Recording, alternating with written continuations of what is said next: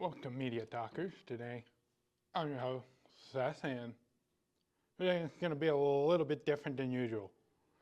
Usually, I would sit here and I'd talk to you guys about upcoming movies, talk about anything like movies, books, video games, and all sorts of stuff throughout the media. However, today it's going to be different because last semester, during the fall, I was doing a radio show, and I had way more time spending doing that than being able to record a podcast. But then again, I'm always glad to come back to being able to do this podcast. So today, what's going to happen is I'll just explain a little bit of stuff and then show you guys a thing of a little look of what I was doing for the radio show during during my fall semester here. So,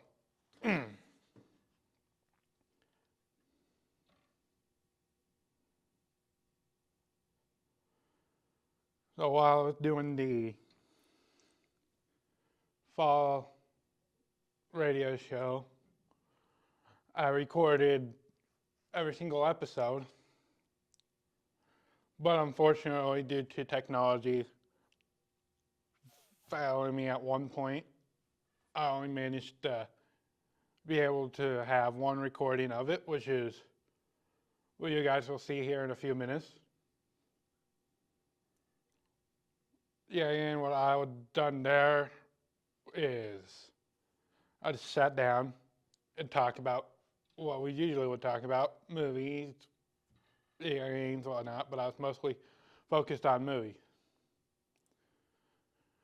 And so you guys will get a sneak peek on that here in a second. However, I'll talk about what you guys will see in a little bit of a sneak peek of what you guys will see next week. Next week's episode, I'll be talking more of my anticipated movies of 2026, and as well as this deck that I'm currently sitting at will be decorated. There'll be a little bit more up to the scene of what I talk about, so that will be different.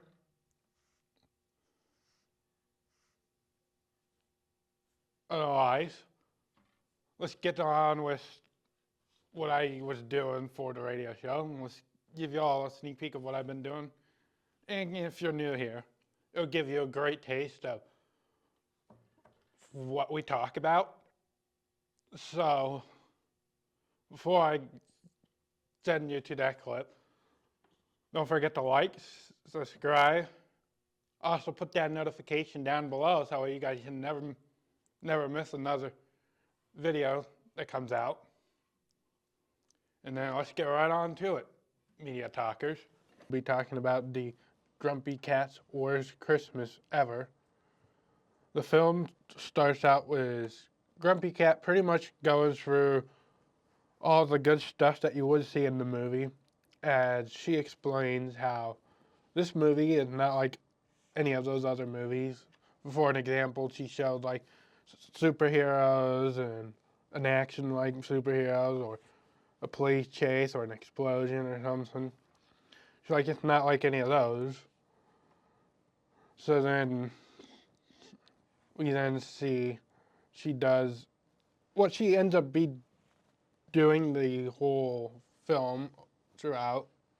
Specific points is breaking the fourth wall, as she, like I said, goes through the whole film, and she does it pretty frequently.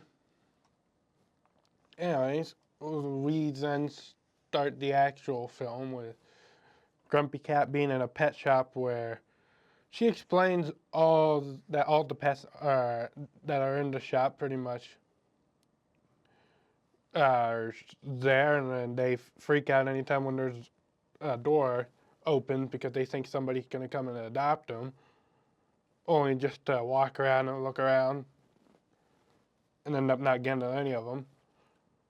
We see her and other families explaining pretty much what I've already said. They'll take her in pretty much, or they'll go in, complain about these pets not being the pet that they're looking for, only to end up right where they were, which is still staying in the pet store. So then this becomes a pretty much routine that they all do, because that's what they want to do. They want to get to be chosen and to like be with another family. So we then see Marcus, the pet store owner, explains to Gil, which I believe was the person that pretty much gave him, like, he's the landlord of that specific spot of the mall. But we see him talking to Gil, and he explains that Grumpy Cat will get famous, and explains that, and Grumpy Cat breaks the fourth wall, explaining that how that's not pretty much possible because she's not talented like all the other famous animals that got big on the internet. So then the owner tells Gil that he'll get the money by selling a mutt that already has a buyer that will pay him $1 million, which is enough to get him back into business. Grumpy Cat then explains pretty much the main character of the film coming in, just narrating into the film. And the person, as she's doing this is fourth wall break moment, the voice of Grumpy Cat, who is Aubrey Plaza, she then goes into explaining the main character, Crystal, and she's going through the mall, greeting everybody. She's passing by. She then ends up going to where her mother works, which is at a little restaurant area. And she tells her to go to the party with Jesse, who's the love interest of the mother. Crystal then ends up having to tag along because she's telling her mother to go, and then her mother's saying that she has to come along too. So then Crystal then gets out of the, like, oh, I gotta get to the store now. Go help out with the pet store.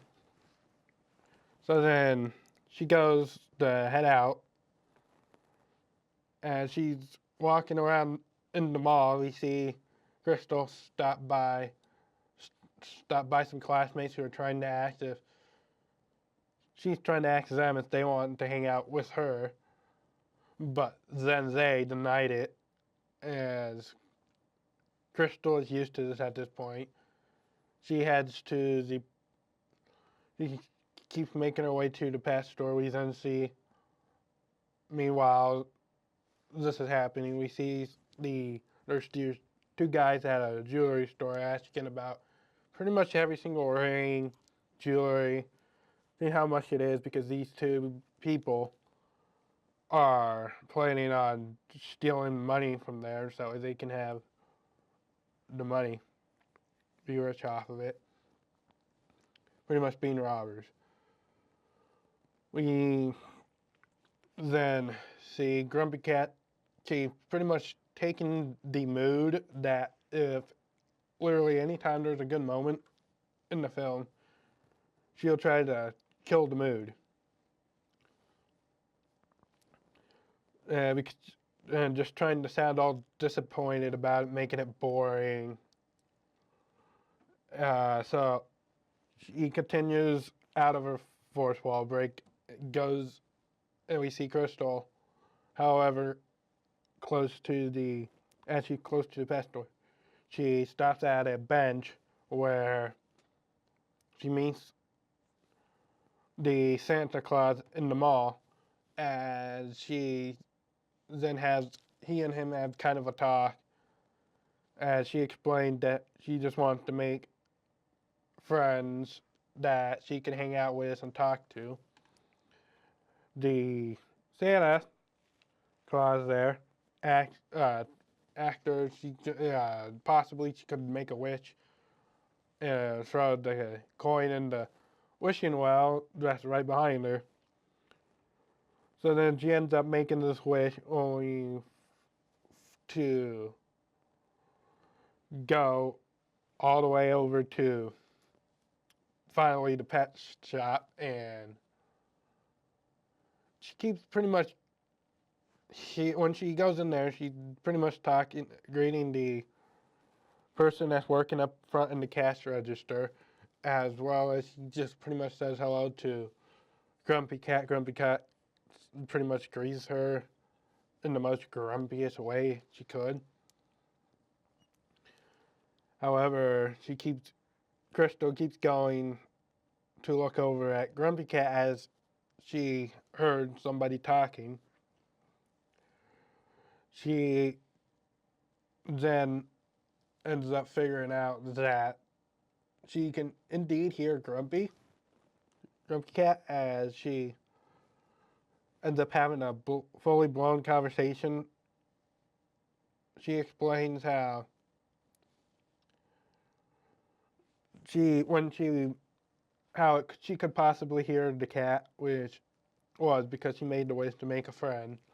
However, she explains to Grumpy that she's made that wish with the purpose of having humans friends, not a cat. She then gets interrupted in this nice conversation with Grumpy Cat by the three girls who were the classmate from earlier, pretty much going up to her, picking on her for talking to a cat.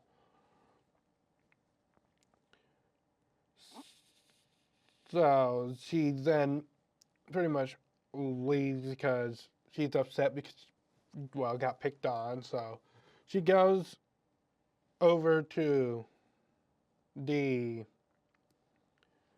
where the Santa Claus is, having other kids telling them what they want for Christmas or whatnot.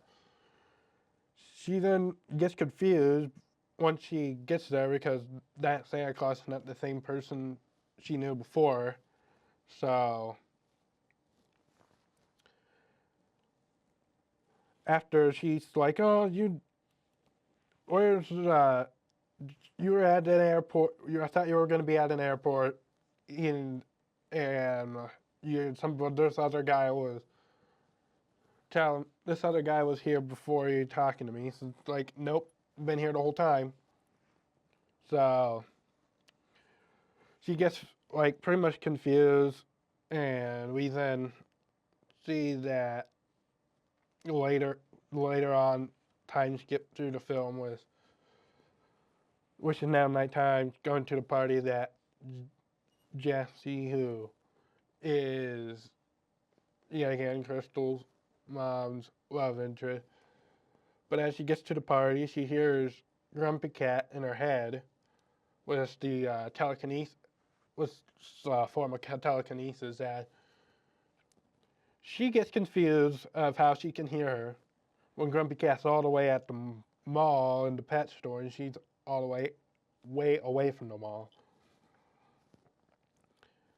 So she then ends up heading back to the mall. That's when we see two robbers that pretty much are dumb.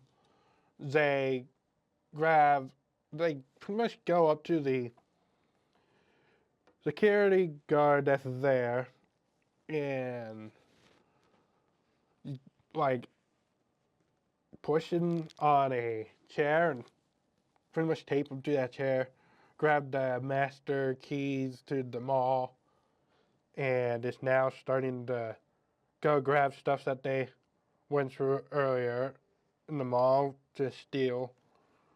However, they remember, oh, there's this dog, because they overheard the owner of the pet store talk about how the dogs were $1 million. They're like, oh, why don't we just get that rather than a bunch of jewels that are worth the equal amount? So they're like, oh, let's go get this dog then, and then we can just have them pay back to have the dog back and get their money that way. So as they go to head to the pet store, we go back to Crystal, where she is trying to figure out why she can hear and talk to Grumpy Cat and holding a conversation. The two robbers then go into the pet store as she then quickly hides. The robbers then get the dogs from her from earlier in the movie and takes it, but they left their key, like the car keys and the master key there, because they don't need it anymore. Grumpy Cat goes into like, oh, there's two different ways that this could be solved. This little robbery can be solved, as she then goes into the first option, which is Crystal calls the police, and the police stops the robbers, or they'll go to the route that they're going to use in the film. Crystal then tells Grumpy Cat that they got to go and stop the robbers and get the dog back. So that way the pet store can stick around. And however, Grumpy Cat's like, doesn't see helping her out as like, oh, doesn't matter. She's a cat. She's not gonna need a pet store. And that's when Crystal tells her that if the pet store closes, it means that that Grumpy Cat would have to be somewhere else.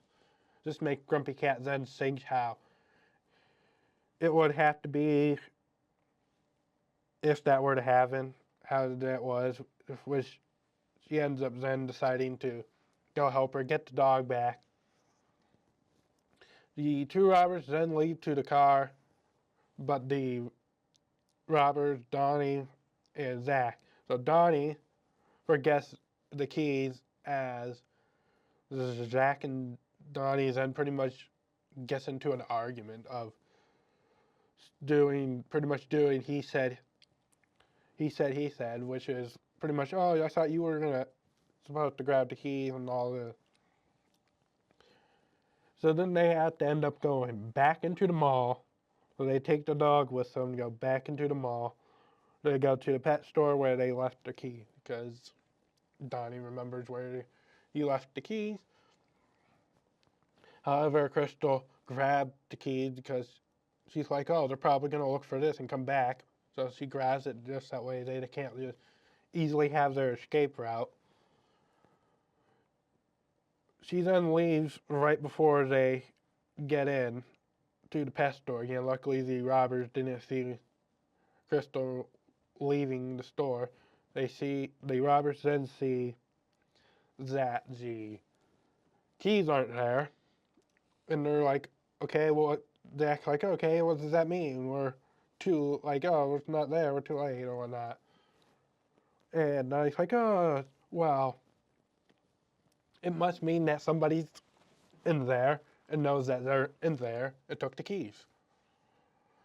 So then Crystal and Grumpy Cat then goes through the Christmas display in the mall that has goes off automatically with motion sensors. After robbers then had realized that they are pretty much aren't, it just guarantees that, oh, they're pretty much not the only ones that are there. He then goes to see who could possibly be at the Christmas display.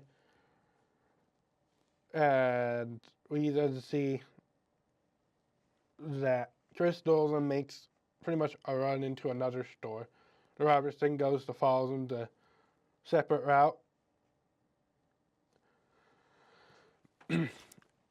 Go to where the separate routes to the stores, because there's like big store part of the mall where there's two separate areas. So then they just go through different routes, and as Crystal and Grumpy Cat are hiding, Grumpy Cat then place was like these shiny hooks, and she gets her claw caught causing it to fall over. And the robbers now got the general locations of where Grumpy Cat and Crystal are. Crystal then decides to dish the cat in the tent to pretty much be a distraction as she goes and gets paintballs to then stop the robbers from holding on to the dog, because this whole time they're still holding on to the dog while looking for who could possibly have the keys. And then Donnie then decides to use a bow, but since he's not pretty much smart, he ends up getting himself in the foot as Crystal leaves to go find the dog that ran out. We then see that she ends up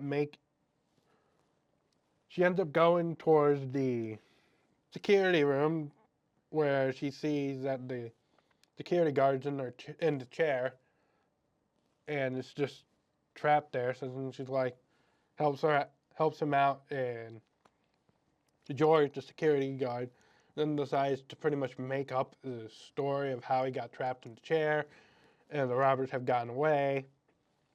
They then decide to plan out a way to ask for help to get these robbers to stop going. Crystal is telling the security guard that she can pretty much speak to Grumpy Cat, and the security guard just doesn't believe her because person talking to a cat and actually be able to have a conversation with the cat and not pretty much something that's normal. So security guards like, okay.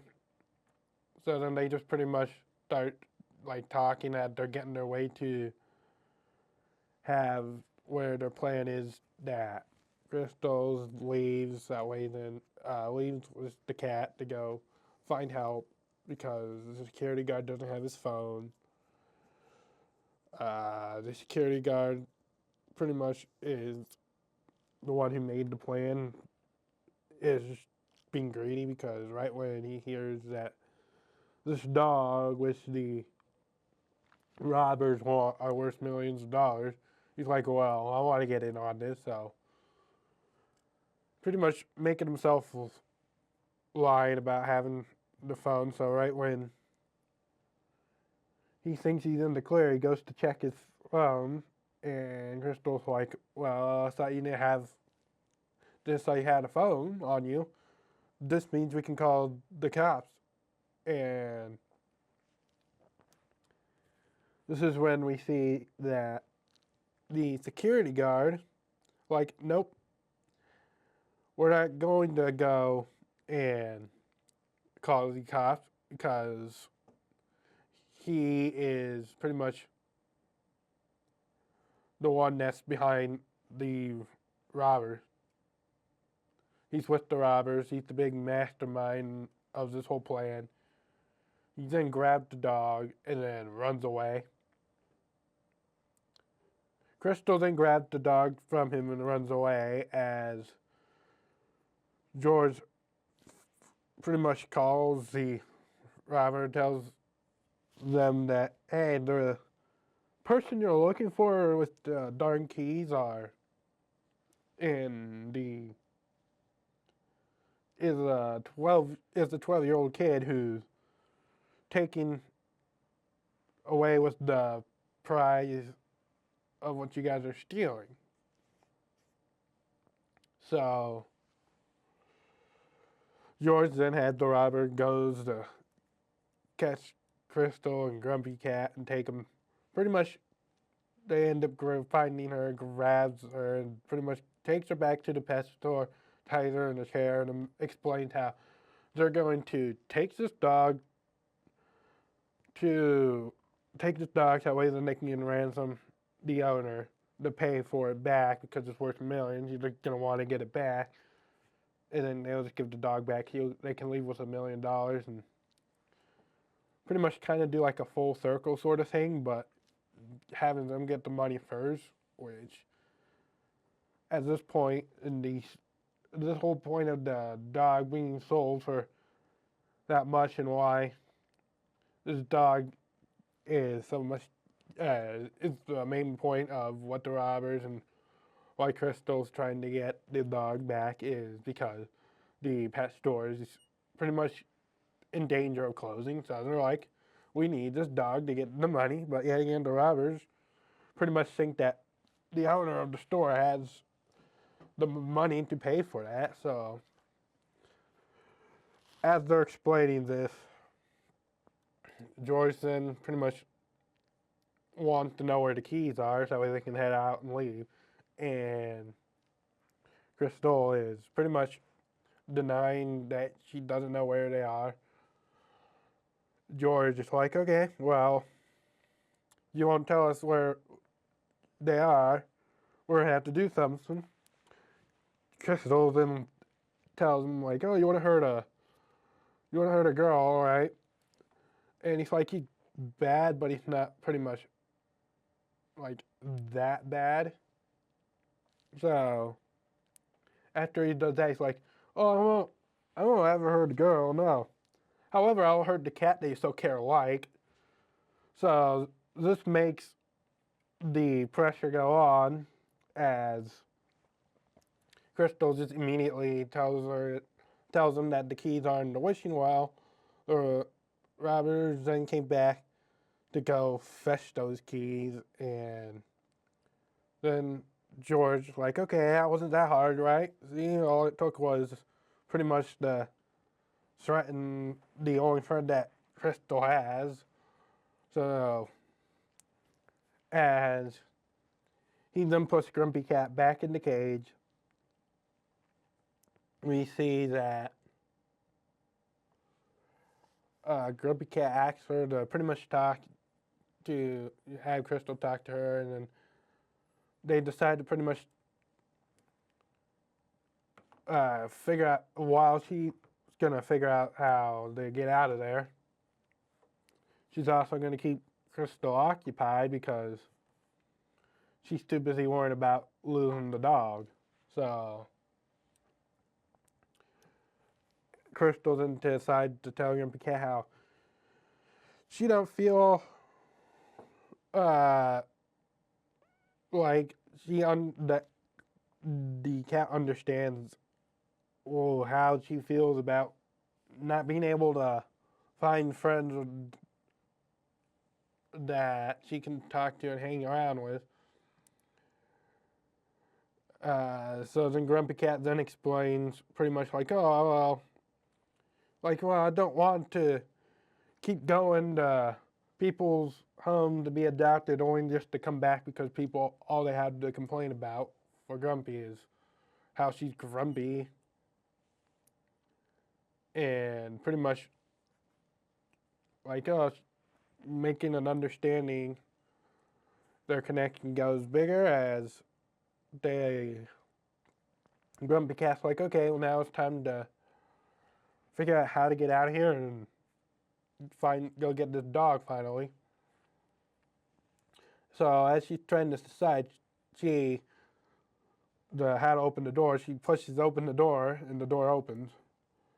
So then she goes release the other animals and help Crystal get out of the chair. They then go to George. At the animals think they're stopping George, he pretty much leaves his phone behind because he was calling his mother at that point, saying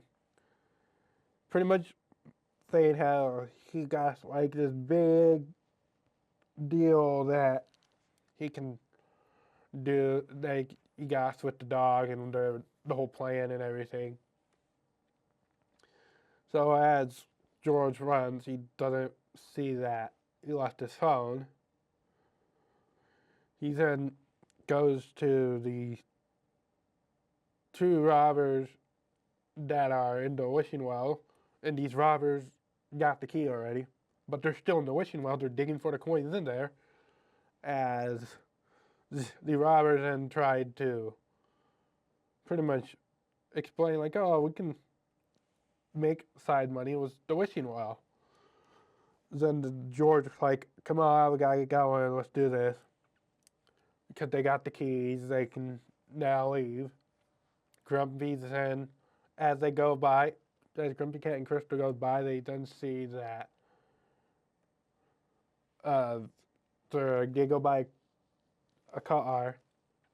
And then it's like, oh, we should drive in the mall and get to where the robbers are because we can get there quicker before they leave. So they then go and drive outside the mall